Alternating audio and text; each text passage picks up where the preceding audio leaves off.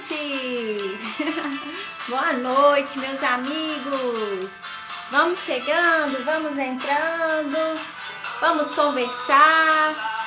Sejam bem-vindos. Vamos lá, vamos aguardar o pessoal chegar para a gente começar nosso bate-papo com o Dr. Fernando. Oi, Fabíola, tudo bem, minha amiga? Quanto tempo! Nossa, que saudade de você! Esse ano a gente não teve nosso encontro de turma, acabou que a gente não se encontrou, né? Pelo menos todo ano a gente estava se encontrando. Um abraço para você, viu? Bom, vamos aguardar o pessoal entrar. Enquanto isso, vamos escutar minha música. Daqui a pouquinho a gente vai conversar com o Dr. Fernando. A gente vai falar sobre o Novembro Azul. Saudade, Fabíola. Espero que esteja tudo bem, viu? Com você, sua família. São 7 horas em ponto, a hora da nossa live. Vamos chamar o pessoal para eles entrarem e a gente conversar. Eu tô aguardando o Dr. Fernando também. Ele estava terminando as últimas consultas dele do dia. Você conhece, Fabíola? Gente, que bacana. Olha, muita gente falou que conhece o Dr. Fernando. Aí, ele já entrou. Gente, eu quero deixar um abraço aqui pro pessoal que sempre assiste a live depois, que a gente deixa gravado. Então, eu queria mandar um beijo todo especial. Oi, Dr. Fernando, já te chamo, tá?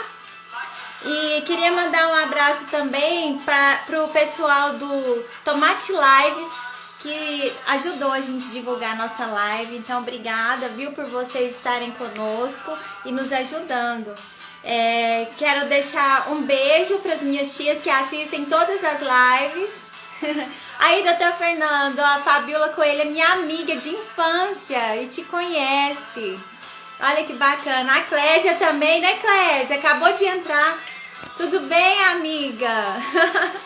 Pessoal, vocês que estão aqui já conosco, envia esse aviãozinho que tá aí para os seus amigos, para as pessoas que podem participar conosco desse momento de bastante informação, enfim. Pois é, viu, Dr. Fernando? A Fabíola, a gente morou juntas aqui em Uberlândia quando eu vim pra cá. Minha amiga de infância, nós temos, muitas histórias para contar. Bom, eu já vou convidar o Dr. Fernando, porque senão o nosso tempo consegue depois falar tudo que tem que falar, né, Dr. Fernando? Já mandei o convite. Olá! E aí, tudo bem? Eu tô bem, você? Graças que bom a Deus, que estamos tudo bem. aqui. Obrigada por aceitar meu convite, estar Imagina, conosco imagina. nessa noite, né? Eu que agradeço.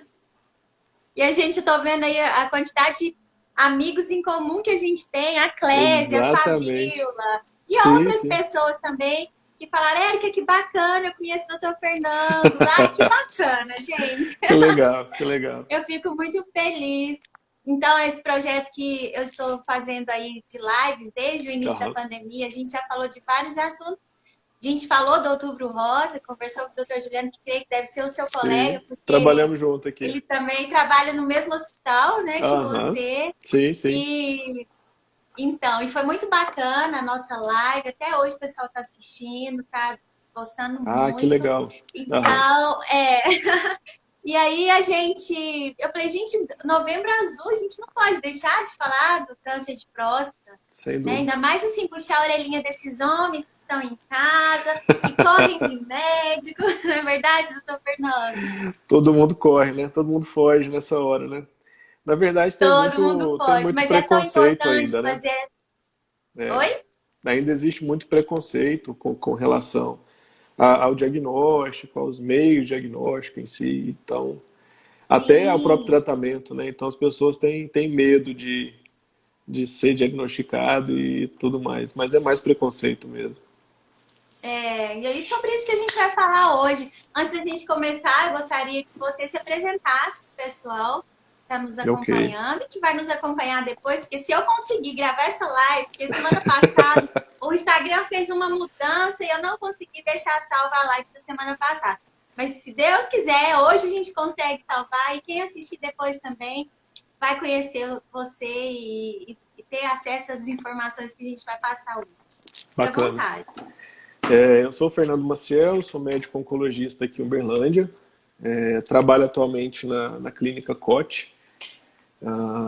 Minha formação é aqui de Uberlândia, eu sou médico formado na Universidade Federal de Uberlândia, fiz residência aqui também e continuei aqui na cidade. Não saí para basicamente nada, saí muito pouco, assim. Muito bom. Esse é mal de quem vem de fora, né? Que ama Mas essa eu cidade, porque sou eu também não daqui. sou daqui. Não, mas eu sou daqui. Eu sou de Uberlândia. Ah, você é daqui? Eu sou daqui. Eu fiz Então, tudo você aqui nasceu e em fiquei em casa. Uberlândia. Nasci em Uberlândia. Aham. Ah, que bacana, que bom. Mas essa cidade é apaixonante, não tem como, né, doutor? É Uberlândia é muito muito bom, legal. Uberlândia. Sim, sim, com certeza. Isso mesmo. Então, pela sua experiência, nós vamos falar um pouquinho sobre o câncer de próstata, que é uma das Aham. doenças que afetam os homens. Parece, me conta uma coisa, doutor, qual é a estatística? Essa doença, ela mata muitos homens todos os anos? Uhum. Com relação à incidência, né, quando a gente fala entre todos os cânceres, no homem o câncer de próstata é o segundo tumor em incidência, ele só perde para os tumores de pele, não melanoma, tá? Então, se a gente retirar esses cânceres de pele, que são muito mais comuns, o câncer de próstata é o principal câncer que acomete o homem. E também é o tumor, pela quantidade de pacientes, né, é o tumor também que mais mata homens, né? Então, tem uma alta prevalência e também tem uma alta mortalidade. Por isso a importância de se discutir mais, né, a fundo, de ter um mês dedicado a essa discussão com relação ao câncer de próstata em si. É uma doença que tem uma importância muito grande, né? Os cânceres, o câncer ainda não é a doença que mais mata no Brasil, né? A gente ainda tem as doenças cardiovasculares como a principal causa de morte, mas o câncer está em segundo lugar, e tem algumas estatísticas que falam que até 2050 o câncer vai ser a primeira causa de morte no país, né? E o câncer de próstata tem sua importância aí no sexo masculino, né? Tanto com incidência quanto com relação à mortalidade também. Sim. Doutor, explica pra gente o que é o câncer de próstata. Certo. A próstata ela é um órgão muito pequenininho, né, que está localizado basicamente acima da bexiga, tem contato com a bexiga e com o reto, né, e ela está relacionada com a função sexual masculina, tá? É uma glândula muito sensível ao hormônio masculino chamado testosterona, na forma ativa dele, tá? E o câncer da próstata é quando algumas células desse órgão elas se multiplicam de uma forma aberrante, de uma forma anormal, né? Essas células, habitualmente, elas se multiplicam numa frequência, numa velocidade controlada, e por algum motivo, alguma célula perde esse controle, né? E começa a se proliferar de uma forma, entre aspas, incontrolável, né? Gerando aí o câncer em si, tá? Então, ele começa com uma célula que pode ser uma mutação genética, pode ter apresentado uma mutação genética, e que se multiplica, multiplica, até se tornar um nódulo ou um caroço, uma lesão macroscópica ali na próstata, né, que pode ser percebida, seja pelo exame de toque ou por exame de imagem, por exemplo. Tá? É que eu ia perguntar. Gente, o câncer de mama, a gente toca, a gente percebe o nódulozinho. O homem, ele tem ele sente, ele tem dor? Como que funciona no homem? Quando a gente fala em câncer, né, doença maligna, a maioria desses pacientes eles não tem sintoma na fase inicial da doença. O sintoma ele vai aparecer em uma fase um pouco mais tardia, né, quando a lesão ela ganha um tamanho, ganha uma proporção que causa sintomas tanto obstrutivos quanto irritativos ali na região da próstata, tá? Mas a maioria dos pacientes eles não tem sintoma algum na fase inicial. E esse que é o problema. Então. Exatamente, é uma doença silenciosa e quando o paciente ele já tem algum sintoma, é um sinal talvez de que aquela doença já está um pouquinho maior, né, já está um pouquinho grande, né? Mas não que E qual não seja seria esse possível de sintoma tratamento, que... né? Sim. Quando Qual tem seria esse sintomas, são sintoma? sintomas relacionados com dificuldade de urinar, né, ou algum desconforto, ou Ah, dificuldade de urinar, tipo, tem dificuldade uhum, de liberar a urina está presa, né, o jato fica mais fino, ou a urina fica entrecortada, ou esse paciente pode ter infecções ali de via urinária de repetição, seja prostatite ou outros tipos de infecções urinárias. Sintomas relacionados com a frequência de micção desse paciente, ele talvez aumente essa frequência miccional, micção, o ato de urinar, né? Ele vai mais vezes ao banheiro, principalmente à noite, para urinar, que a gente chama de mictúria, tá? Então, são vários sintomas, que podem ser tanto sintomas relacionados com obstrução, ou seja, eu tenho um nódulo, tenho um sim. carocinho ali que está obstruindo a via de saída da urina, tá? Ou sintomas que a gente chama de irritativos, né? Então, aquele desconforto, aquela vontade de urinar que não melhora, né? Eu vou várias vezes ao banheiro para urinar, ou tem dor realmente para urinar, né? E a presença de Uhum. sangue também na urina também é um sinal que a gente tem que prestar atenção, tá? Sim.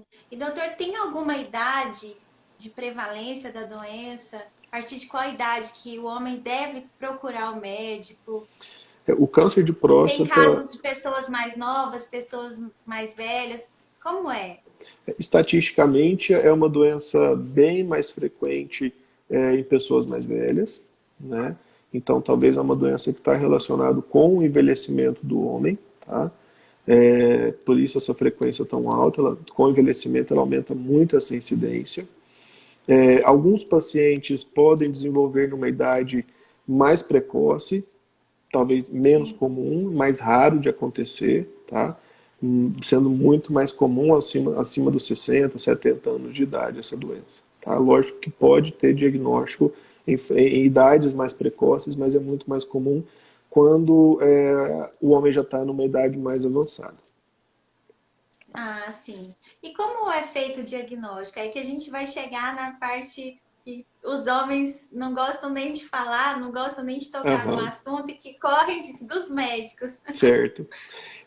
Esse assunto ele é um pouco controverso, se a gente for olhar no que a gente tem de dados científicos atualmente. Até um tempo atrás, até pouco tempo atrás, a gente recomendava uma triagem para qualquer pessoa, para qualquer indivíduo, né? Sim. Acima dos seus 45, 50 anos de idade, fazer um exame de PSA, pelo menos, tá? E isso gerou um super diagnóstico, né? Muitos casos de pessoas, de homens com câncer de próstata. E aí a indagação é que, será que esse câncer de próstata, né, dessas pessoas, que foram diagnosticados de uma forma bem mais precoce, será que esse tumor ele traria algum malefício para esse paciente? Nem todo câncer, nem todo tipo de tumor, principalmente da próstata, ele é um tumor agressivo. A gente tem tumores que crescem muito devagar, né? Que não tem uma tendência a fazer metástases. Então, será que fazer esse boom de diagnóstico de câncer de próstata, isso tem algum benefício, né? E aí a gente tem alguns dados mais recentes que mostram que talvez não seja tão impactante quando a gente pensa em sobrevida, né, em aumento do tempo de vida desses pacientes, fazer esse diagnóstico em massa nessa grande proporção. O que a gente tem de indicação atualmente é uma tentativa de uma individualização dessa indicação para se fazer o exame de triagem para o câncer de próstata, né? Então a gente sabe que as pessoas de raça negra têm talvez um risco maior de desenvolver a doença e doenças mais agressivas. A gente sabe que quem tem um familiar de primeiro grau, né, ou segundo grau, um avô, alguém que tem um histórico familiar de alguém que já teve um diagnóstico de câncer de próstata, essa pessoa tem um risco aumentado. Então, essa pessoa também deve realizar um teste de triagem. Então, hoje em dia, a gente não indica para 100% dos homens, né? A gente indica para aqueles pacientes que a gente considera que tem um risco mais aumentado, né? Um risco maior de desenvolver Sim. essa doença e talvez desenvolver formas graves dessa doença, né? Então, hoje em dia, a gente tenta individualizar isso. De qualquer forma, Ah, para quem sim. tem a indicação de fazer o exame, a gente tem duas formas de fazer. A primeira, que é é mais conhecida, é através de um exame de sangue, que é a dosagem de uma proteína no sangue, chamada PSA, né, o antígeno específico da próstata, tá?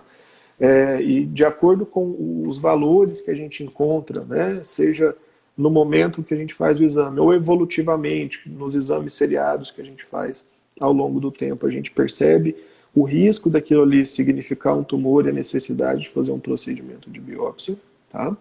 E o outro procedimento que é importante a gente falar, porque é o procedimento que mais gera preconceito por parte do homem, que é o toque retal. E a gente tem uma proporção de pacientes que têm diagnóstico de câncer de próstata com PSA normal, mas que são tumores que são perceptíveis já através do exame do toque retal, né? Através do exame da próstata pelo toque retal.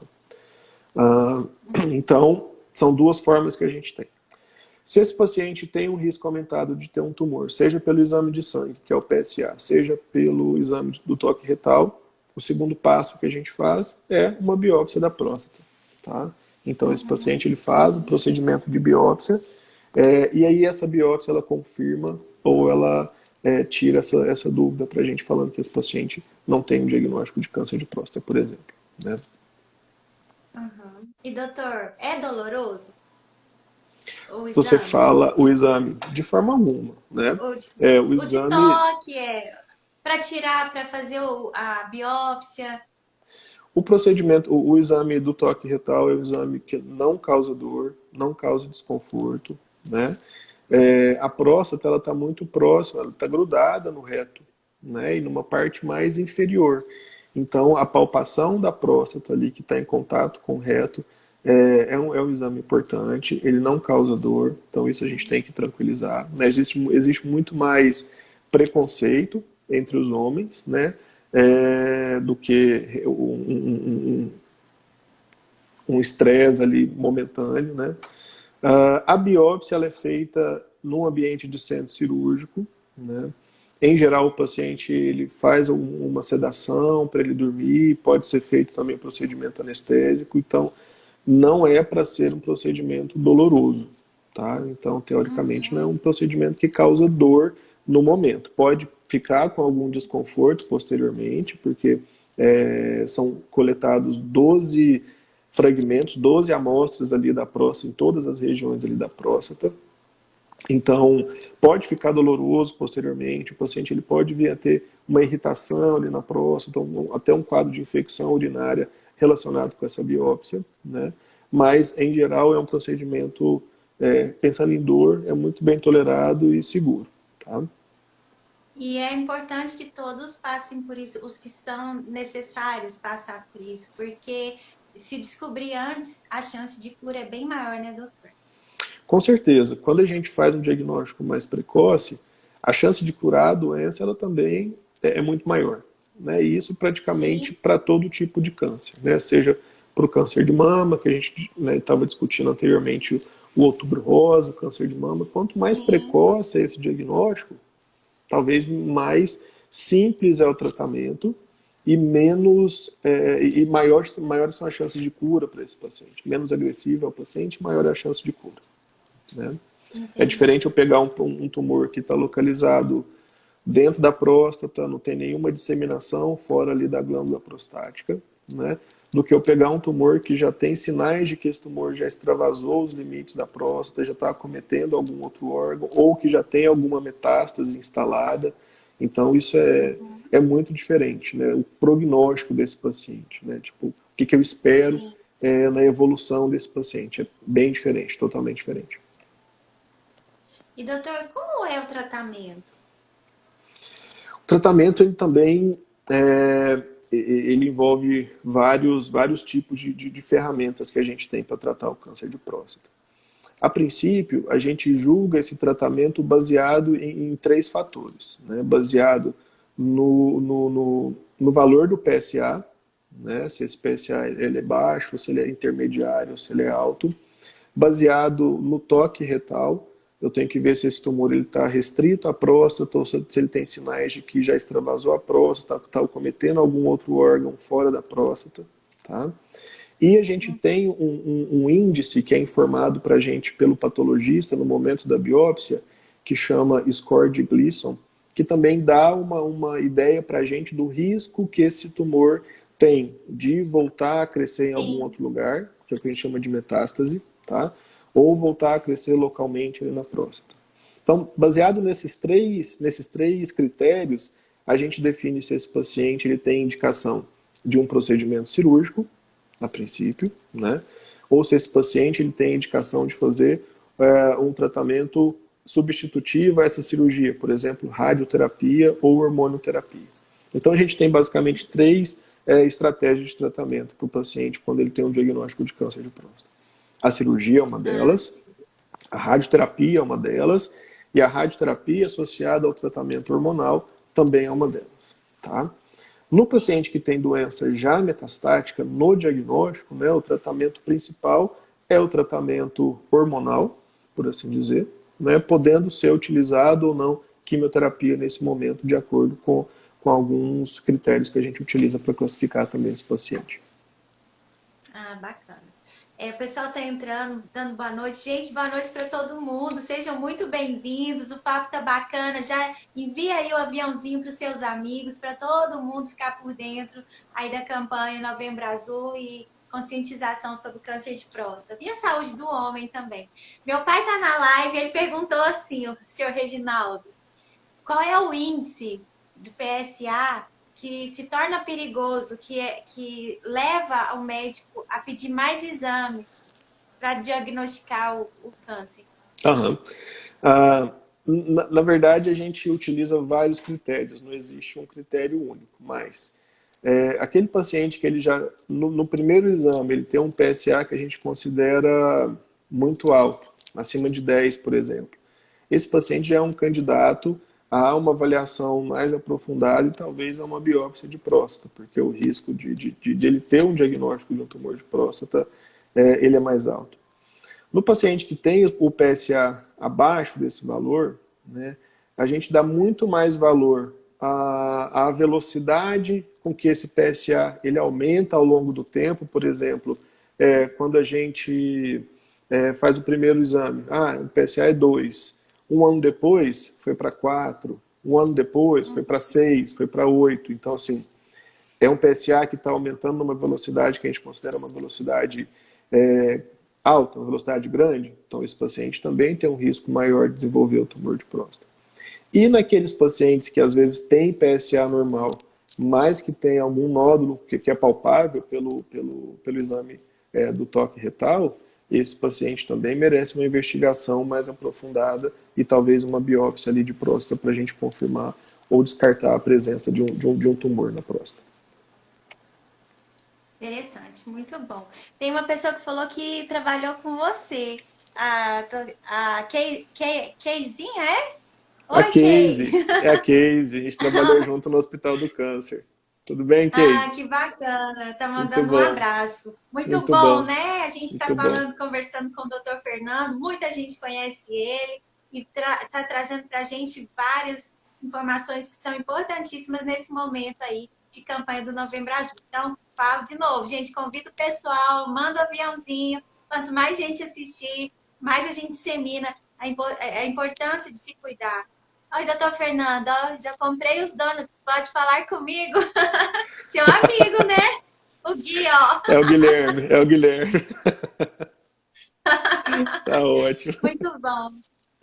Doutor, você me disse o seguinte, dependendo da hereditariedade, por exemplo, se no caso tiver, na família, tiver casos, avós, pai, enfim, são fatores de risco, certo? Sim. Mas existem outros fatores de risco também, externos, talvez? Sim, sim, com certeza. A gente sabe que o fator hereditariedade, ele é um fator importante para o desenvolvimento, Sim. talvez contribui para esse desenvolvimento do câncer de próstata, mas existem outros fatores também que a gente sabe que estão relacionados com o aumento do risco de desenvolver a doença. Então, a gente sabe que a obesidade é um fator de risco, tá? Para o câncer de próstata.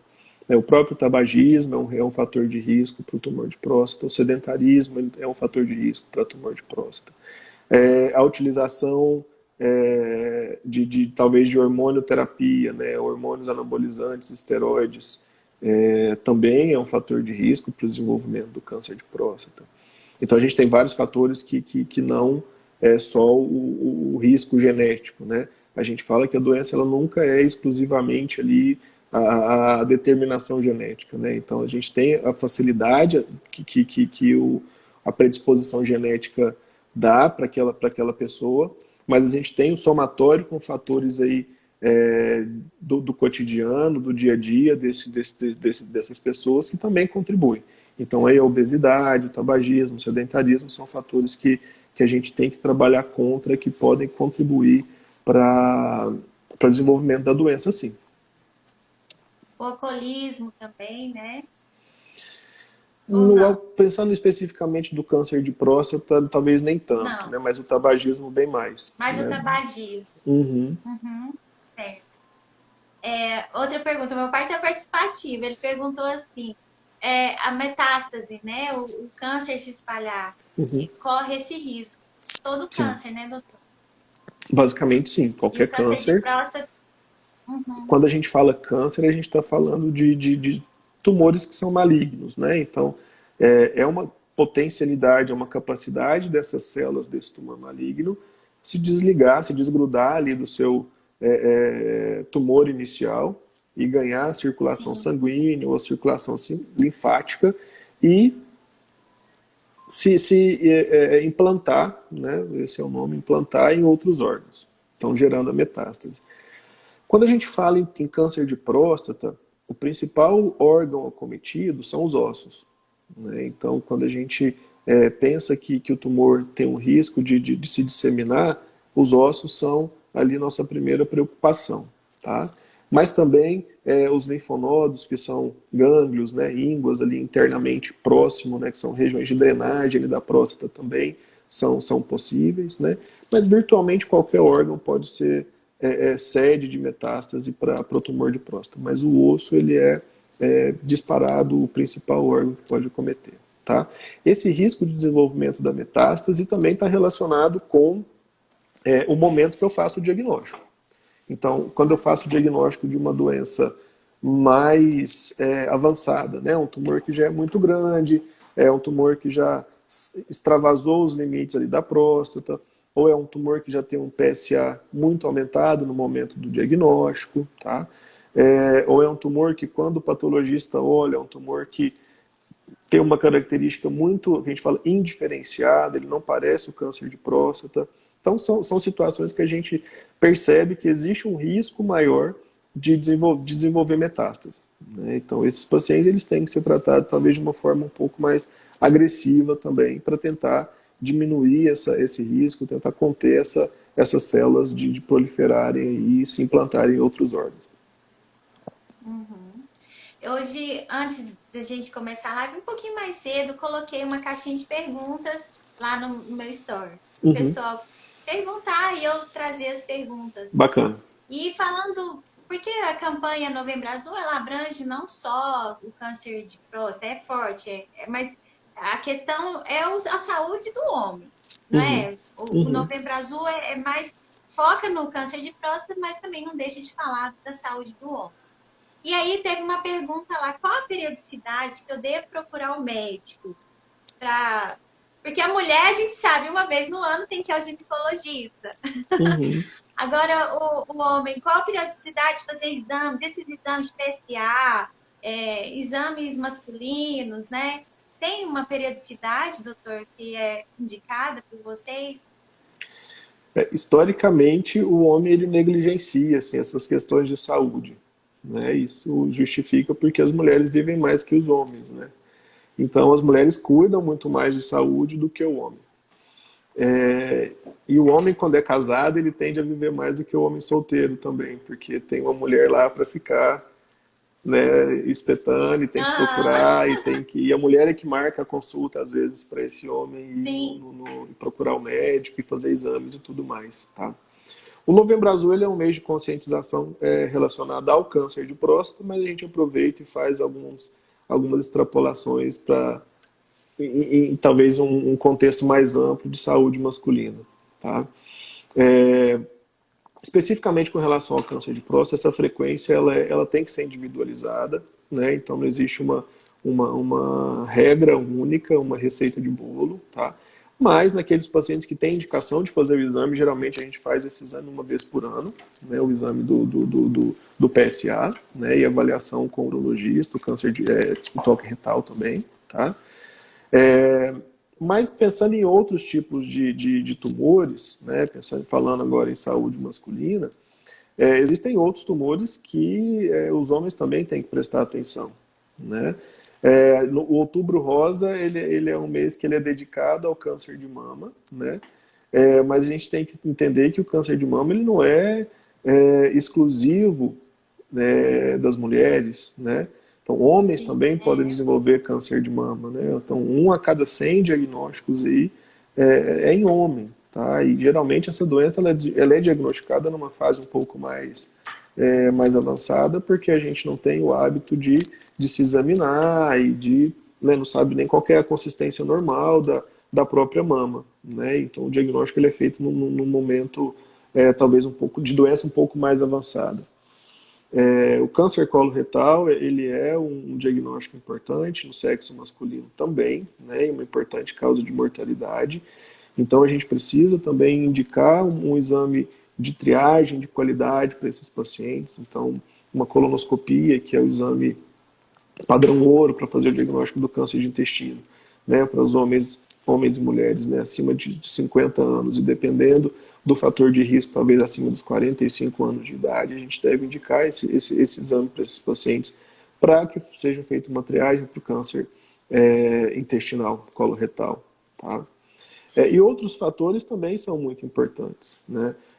A gente sabe que doenças cardiovasculares são a principal causa de morte entre homens e entre mulheres, né? Então, além de fazer uma avaliação para o próprio câncer, esse paciente ele tem que ter um acompanhamento ou talvez uma avaliação clínica mais ampla, mais completa. Eu preciso saber se esse paciente ele tem pressão alta, se ele tem diabetes, se ele tem alguma alteração de tireoide, até mesmo porque isso pode ter algum impacto no meu tratamento, né? Então, essas que a gente chama de comorbidades, né? Esses outros diagnósticos que esses pacientes têm, podem ter algum impacto negativo, pensando em efeitos colaterais, potencializados ali do meu tratamento, né? Então a gente tem que ter um controle maior desses outros problemas de saúde que o paciente possa ter, tá?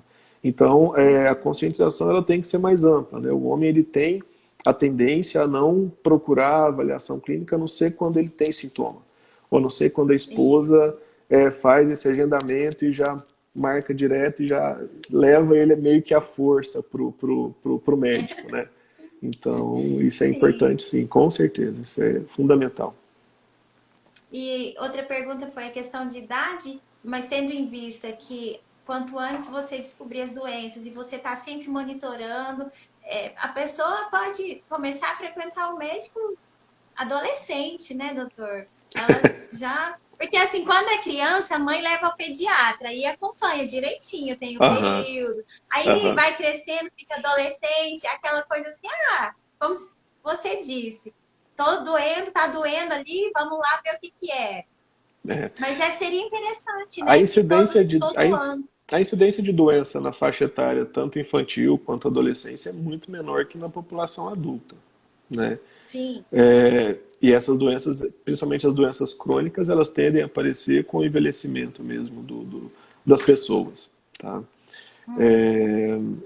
Mas com relação a essa idade, qual que é a idade para se começar a fazer essa avaliação, é uma pergunta que eu talvez não vou saber te responder. Tipo, qual que é a idade que eu tenho que procurar um geriatra? Tem gente que fala que a gente tem que ir para o geriatra a partir dos 40 anos de idade. Eu acho loucura, não tem que ir para o geriatra com 40 anos de idade, por exemplo. Mas a gente tem que saber se cuidar, né? Eu acho que a gente tem que saber conhecer o seu próprio corpo, saber o que é normal no meu corpo, para quando eu tiver algum sinal, e às vezes é um sinal muito pequeno, muito discreto, que a gente negligencia, né? E deixa passar, e ali na frente isso vai ser cobrado ali um preço mais alto, né? Então, se conhecer, saber o que é normal no seu corpo, né? Além disso, se cuidar, né? Então, a gente fala de prevenção ao câncer de próstata. A única forma de se prevenir é evitar da doença surgir, né? Então, eu tentar ter algum impacto nesses fatores de risco que eu posso modificar, né? Então, se eu sou sedentário, né, estimular a prática de atividades físicas, por exemplo. Se eu tenho obesidade, como é que eu posso controlar e tratar essa obesidade? Né? A gente sabe que a obesidade também é uma doença, né? Então, como que eu trato essa doença? Como que eu diminuo esse risco relacionado com a obesidade? Se eu fumo, como que eu diminuo também, né? Como que eu posso parar de fumar e diminuir esse risco de desenvolver não só câncer de próstata, mas uma série de outros tumores e também doenças cardiovasculares, né? Infarto, AVC, doença vascular periférica. Então, uma gama, né, de situações, né? O fator genético ele é o mais difícil de ser modificado, então não tem como modificar o meu pai ter tido um câncer de próstata, esse risco eu vou ter.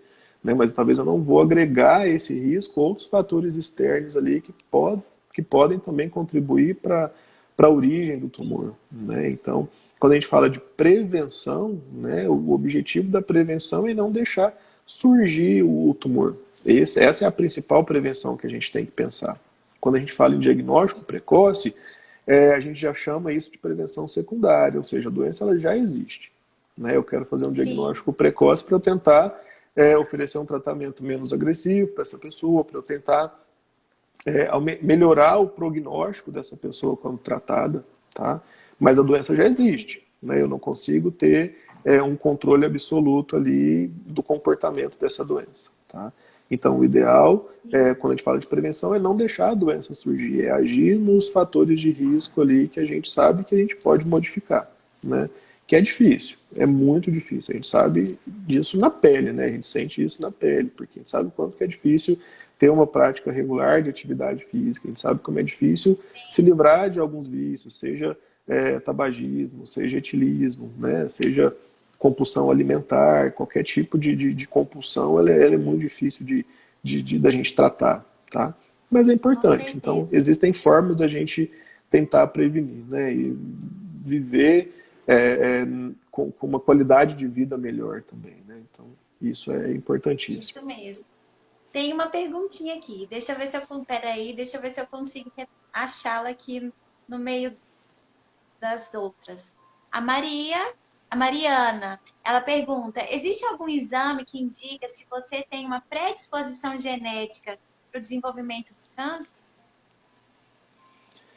Existem vários exames que podem ter essa previsão genética, mas existem populações específicas para quem a gente indica esse tipo de exame também, tá? Então, a gente sabe que existem muitos tipos de genes que podem sofrer mutações e que essa mutação ela pode levar à origem de um câncer. Aí a gente não está falando especificamente de próstata, a gente está falando basicamente de outros tipos de tumores. Seja próstata, câncer de mama, câncer de estômago, câncer de pulmão, entre outros. Mas existem alguns testes genéticos que podem ser realizados, tá? Em populações de extremo alto risco de desenvolver uma doença, ou seja, eu tenho uma história familiar muito bem detalhada e muito rica ali de casos de cânceres, né? E que se encaixam de repente em alguma síndrome genética, tá?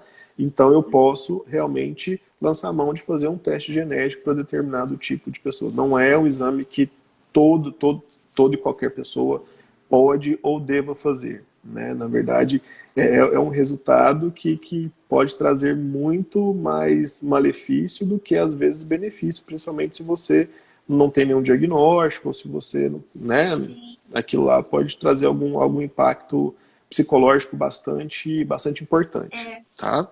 Então, porque eu falo, nossa mente manda muito, né, doutor?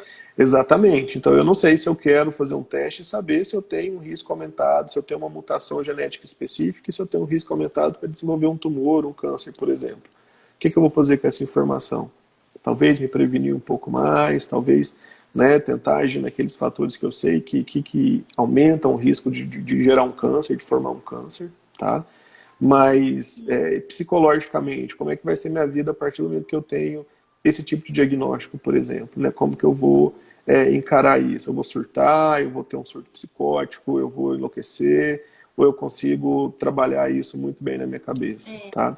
Então, não é um exame que a gente indica para todo mundo e a gente tem critérios muito bem estabelecidos internacionalmente para a gente poder indicar um teste desse, indicar um acompanhamento nesse sentido, assim, de teste genético e tudo mais. Sim, perfeito. A Vanusa também fez uma perguntinha. Deixa eu ver se eu consigo. Ela estava falando sobre alimentação. Se pode influenciar no aparecimento do câncer. É aqueles fatores, né, doutor, que a gente falou. Sim, a alimentação ela é primordial, tá? Então, tem um artigo, mais ou menos uns 2 anos atrás, muito bacana, assim, mostrando qual que era a influência do nosso consumo alimentar atual, principalmente alimentos processados, né, na origem do câncer, tá? Então, esse artigo ele mostrou que o consumo de alimentos processados, seja farináceos, né, seja pão processado, bolo processado, tudo que é feito para durar muito tempo, né? Nada que eu faça e consumo na hora, mas tudo que é feito para durar muito tempo artificialmente, né, ele considera isso como processado. Seja derivado de farinha, seja derivado de carne, tinha um impacto muito importante na origem de tumores. Então, isso aumentaria em torno de 10 vezes o risco de desenvolver um câncer de mama, né? Isso aumentaria, sei lá, 8 vezes o risco de desenvolver um câncer de intestino, um câncer coloretal, entendeu? Então, a gente sabe que o impacto da alimentação na origem do câncer é muito maior do que a gente imagina, tá? Então, quando a gente fala para evitar alimentos processados, carnes processadas, isso é muito difícil na sociedade atual, pelo estilo de vida que a gente adota, pela forma como que a gente optou por viver hoje em dia, né? Então, é muito difícil eu preparar um alimento na minha casa, é muito difícil eu preparar um pão na minha casa, né? Eu não tenho tempo para isso, é muito mais prático eu comprar no mercado um pão que dura 20 dias fora da geladeira, no ambiente natural. Não existe alimento que dura esse tanto de tempo no ambiente natural. Né? E mesmo que a embalagem do produto fale que não tem conservante, é claro que tem conservante. Né?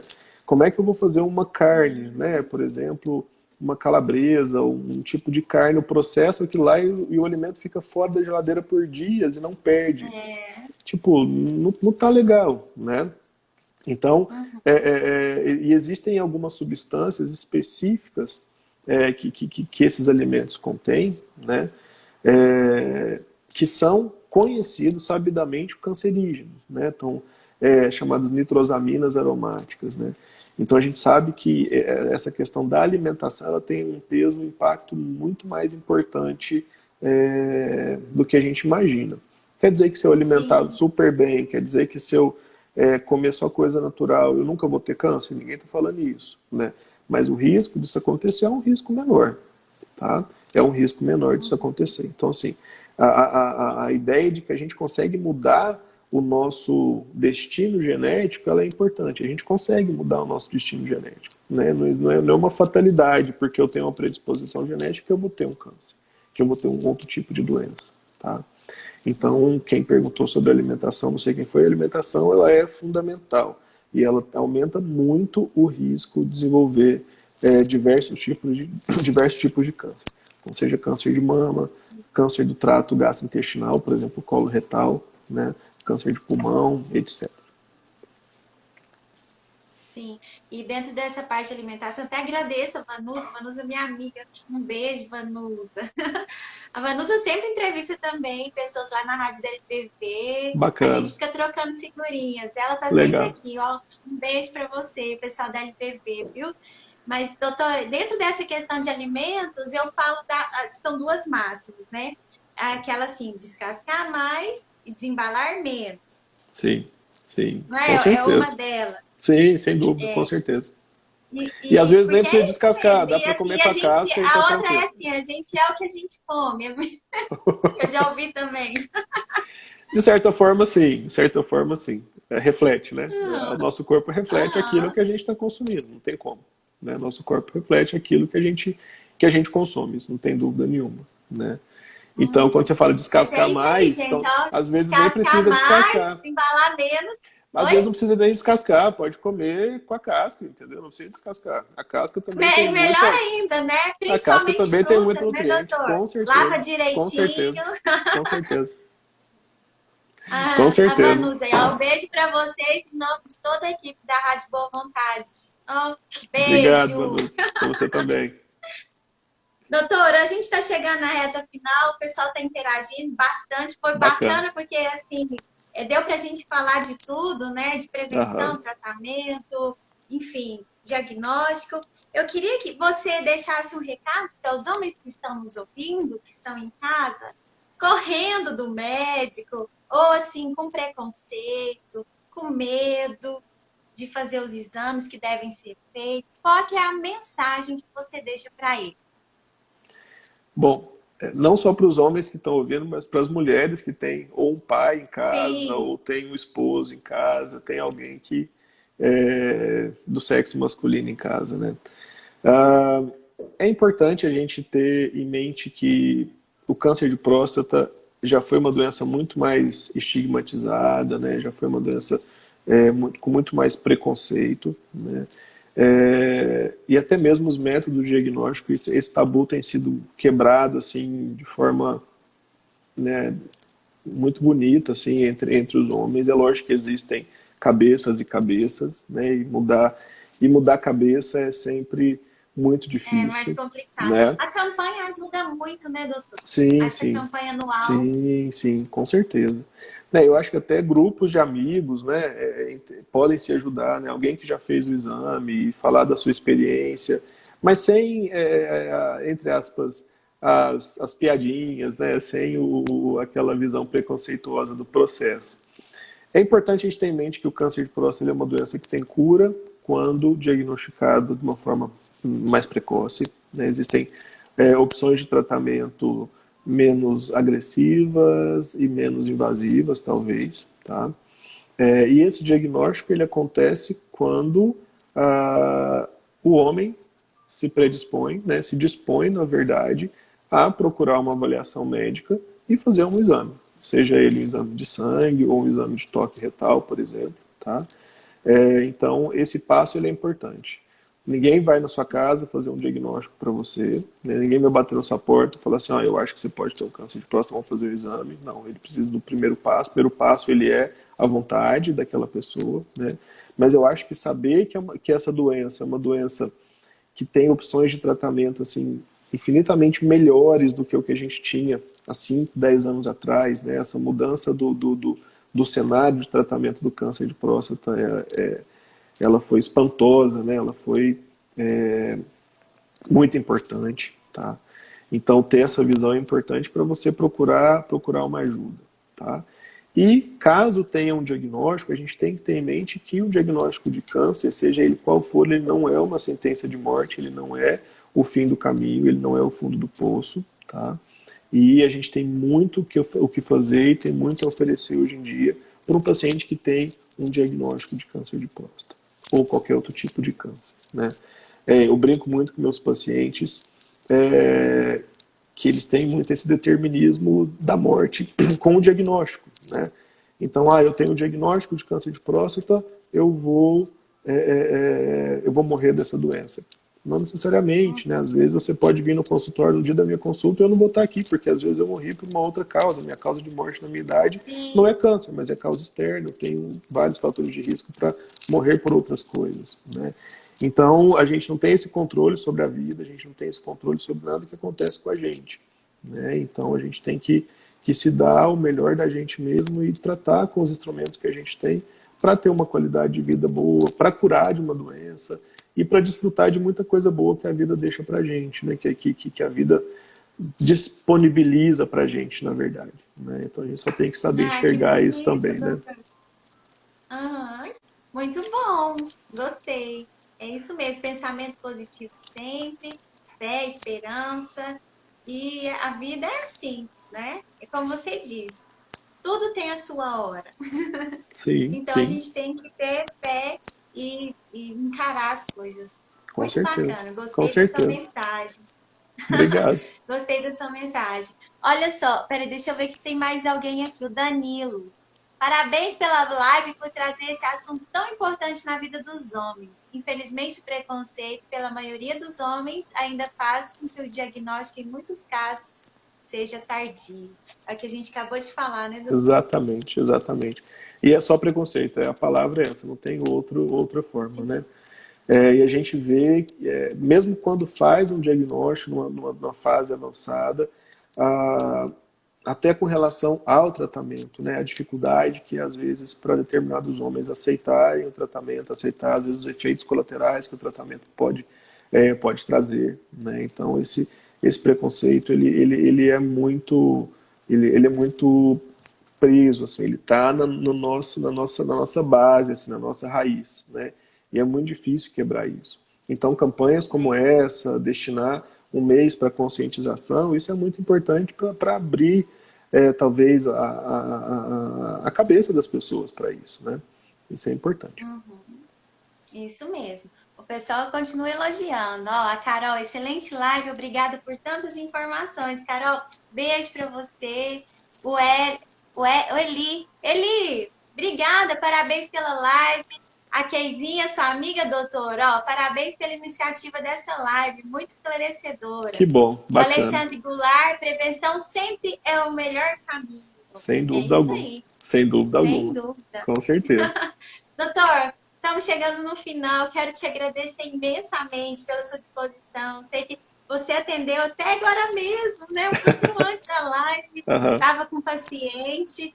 Aí, ó, o meu pai, Reginaldo. Ó, obrigada, pai. Grande profissional, ele falou, viu, doutor? Obrigado, obrigado, O Reginaldo. Danilo, doutor. Olha só, todo mundo te elogiando. Que Importante, isso, hein? sempre o primeiro passo é a mudança de comportamento. Show, show, show. Muito bom, muito Gente, bom. olha, um beijo para todos vocês. Eu quero que o doutor deixe suas considerações finais, porque a gente já está chegando no final da live. Quero agradecer você que esteve conosco até agora. Muito obrigada. Semana que vem já tem live, eu já vou falar para vocês. É, doutor, que não para não, viu? Isso é bom, Cada isso é bom. semana é um assunto novo. Muito bom. Muito bacana. Eu quero que você deixe aí a sua mensagem para o pessoal que está em casa, para a gente já ir finalizando. Bom, eu agradeço primeiro a oportunidade, né, dessa live. Eu acho que é uma iniciativa muito bacana. Assim, o objetivo é exclusivamente trazer informação, trazer conhecimento, né? E a gente vive num mundo de redes sociais que, na maioria das vezes, prejudica as pessoas, né? Esse é um movimento contrário, então acho que vale muito a pena. Eu vi muitos amigos, assim, muitas pessoas queridas assim entrando na live, participando e Bom tal. demais. Isso é muito bacana, né? Até o incentivo, né? Até o incentivo dessas pessoas. Mas eu acho que a mensagem é a mensagem da prevenção, né? O ideal do câncer é não ter o câncer, né? O ideal da prevenção é não deixar o câncer surgir, né? E existem formas para isso, tá? A gente tem que ter, na verdade, o compromisso e a coragem de enfrentar isso, porque mudar hábito de vida, não é fácil, né? Mudar hábito de vida Não, não é é fácil. dificílimo, é dificílimo, né? Meu Deus, Seja eu que ele o qual for, digo. seja ele Eu qual acho que for. todo mundo nessa live tá falando isso. Eu que o diga. Sim, com certeza, com certeza. Eu acho que Mas vale, essa que é a mas mensagem vale a mesmo. pena. Com certeza, né? O fruto, a questão é porque isso não é de imediato, né? O fruto disso a gente não colhe agora. E Tá bom. a gente vive uma sociedade imediatista, né? Eu quero ter o resultado agora, eu quero ter o prazer agora, eu quero ter tudo agora. Então, se eu for fazer alguma coisa agora que talvez não me agrada muito, pensando em 10 nesse intervalo de tempo, tipo, não sei se isso vale muito a pena, né? Mas vale, né? A gente tem que ter a ideia de que vale. Com certeza. Doutor Fernando, quero te agradecer de novo, do fundo do meu coração. Muito obrigada pelas suas explanações, pelo seu tempo. Que Deus abençoe você, sua família, seu trabalho. Que o Senhor continue ajudando mais e mais pessoas, salvando mais e mais vidas, conscientizando seus pacientes e pessoas ao seu redor, tá? Através dessa live eu tenho certeza que vai alcançar pessoas que precisam ouvir algumas coisas, que precisam entender o que é o câncer de próstata. Então eu te Sim. agradeço por essa boa vontade, tá? Eu que agradeço a E depois a oportunidade. gente marca mais lives. Eu falei com o Sim, doutor Juliano também, ó, gente, depois a gente marca mais. tem O sempre, pessoal estamos sempre à pede, o pessoal disposição. gosta, né? Sim, com certeza. E estou à disposição, sempre que precisar, tá? Pode contar com a gente aqui. Tá bom, olha, um super beijo, um excelente restinho de semana para você, um ótimo final de semana e Para até a nós. próxima, se Deus quiser. Para nós. Tchau, tchau. Um abraço, viu, doutor? Obrigado. Tchau, tchau. Tchau, tchau.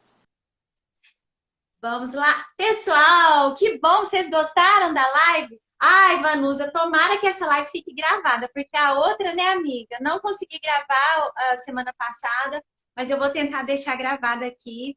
E se ficar gravada, vocês compartilhem com seus amigos. Lembrando que semana que vem a gente tem mais live, viu? Semana que vem eu vou conversar com uma pedagoga, a gente vai falar de assuntos que vão interessar bastante os pais e tutores de crianças. Então, aguardem, tá? Eu vou divulgar aqui na minha rede social, nas minhas redes sociais. Se você ainda não segue meu canal lá no YouTube, acessa lá o link que está no perfil do meu Instagram, que você tem acesso lá aos meus sites, ao canal no YouTube, enfim, para a gente estar sempre em contato. Tem também o nosso grupo do Telegram. Então, gente, ó, tô finalizando. Um super beijo para vocês e até a próxima live. Obrigada pela companhia, obrigada por estar sempre aqui comigo, viu? Tchau, tchau!